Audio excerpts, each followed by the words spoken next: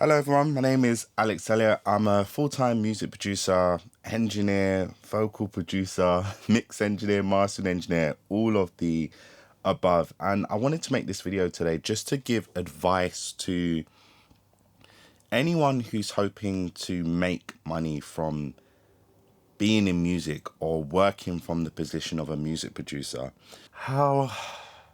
This is such a big subject, and I want to try and find a way to condense down the main points. So I think what I'm going to do in order to help you to understand the value of this information is to just actually share with you my career path. Now, even though I'm a music producer, when it comes to making money, a crucial skill that I had to invest in was the ability to engineer.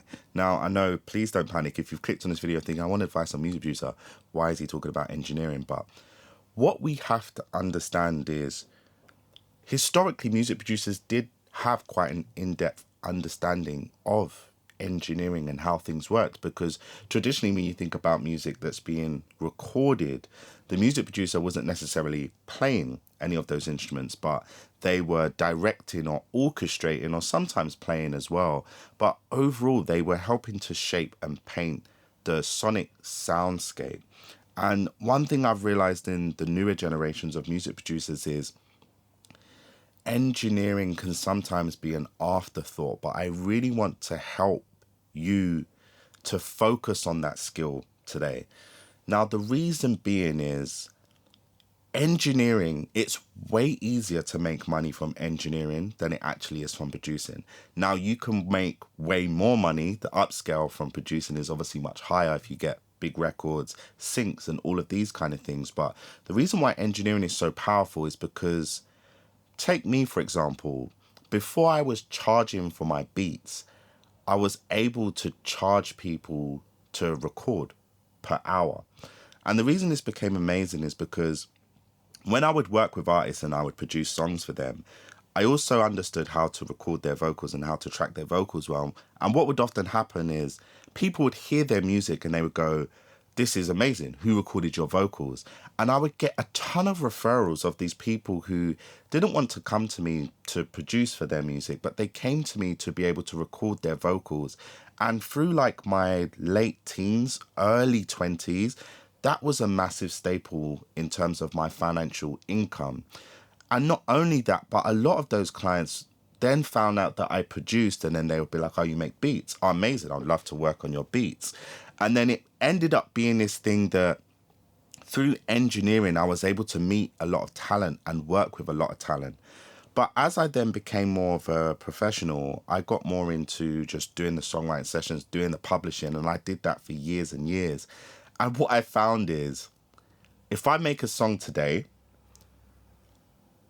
and I hope that someone takes that song and they cut that song and they want to put that song out on their album, and their album's coming out a year from now, then I'm probably going to start getting paid maybe a year and a half after that. So all of those songs I was making as a producer in terms of songwriting were like 2 to 3 year investments in terms of before I would see a return. However, with the engineering side of things, what was incredible is, hey, you did 5 hours today, 5 times £30, you owe me 150, or 5 times £50, you owe me 250. It was very easy to just get cash in hand, and that money flow was crucial.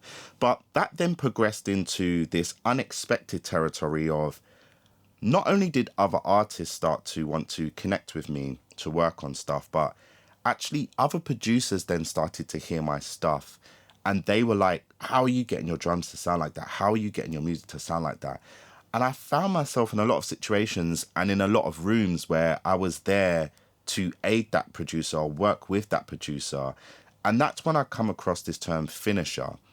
Now, there's not enough finishers in the UK, in particular within the genre of music that's like more urban, or like the more urban side of things. There's not enough finishers. In the pop world, this is like a thing, like everyone's like a finisher. But I really want to encourage this next generation to learn the art of being able to engineer, to be able to craft, to be able to mix, to be able to get your things to sound to the highest quality possible, because then you're able to do this role called finishing. And the reason why finishing is incredible is because you end up getting a lot of work with, say, producers who are further ahead than you, but they're really good ideas people. They can come up with the idea, but they can't quite find the way to finish it. And sometimes that's part of their genius. Their genius is, it is very ADHD. It's very like, just throw this idea there, throw this idea there. And they need someone sometimes to say, yo, take this, do that. Pull that out. This thing's getting in the way of that sound. Change this. You know what? Swap out this kick. It's not got enough 50 hertz in it. So being able to develop that skill is a really amazing way that you can also make money from music as a music producer. And then you end up in these situations, and then you're working with the producer and this artist. Then that artist goes, yo, send me some of your own stuff. And then before you know it, you and that artist are now in a session together. And it's just a roundabout way of getting ahead, getting some form of success, opportunities, but at the same time being able to get paid. Because when you're there as a finisher, you're able to get paid. And when you're there as a mix engineer, you're able to get paid. When you're there as a vocal engineer, you're able to get paid. And then, of course, there's also vocal producing as well. So vocal producing is essentially the ability to draw an amazing performance out of that singer, that rapper, or that artist, which is why a lot of rappers, you'll find they have their engineer that they record with, because they get the best sound out of them, but also they know how to do the creative things that they love to hear on their voice. So if you can find a way, as you're developing your production skills, as you're finding all of these drum sounds and these cool effects and all of these things, if you can find a way to also put as much effort into the ability to engineer, I promise you, when producing isn't paying as much, or when there's dry spells, dry seasons, you can go 6 months sometimes without much work, without making much money as a producer. During those times, I guarantee you, you'll be able to consistently monetize your engineering skills. And then ultimately that will enable you to be able to do music full time without needing to get another job. Yeah, I'm going to leave you with that, because that's quite a lot to digest. And actually, even though I've explained it simply, that can take anywhere from like 4 to 10 years, depending on how great you want to be in that field. But I promise you, in your later years, it will pay off. When you're not cool, when you're not the hip guy anymore, people will still come to you because you have the ear, because you've crafted the skill and the ability to finish records and to make things sound polished. And I'd just like to take a moment also to thank the sponsor of today's video, who's a great supporter of my channel, PULSAR Modular. If you're going to get into engineering, then you need incredible tools. And for me personally, I'm going to be doing a video on my mix bus soon, but PULSAR Modular, P11 Abyss, P42 Climax, P44 Magnum, I will never ever mix a song without those 3 plugins. So I definitely recommend you check out some of my videos on their plugins. And other than that, I hope you had a great day, and I hope this information could be helpful to someone who's trying to find ways to make money from music.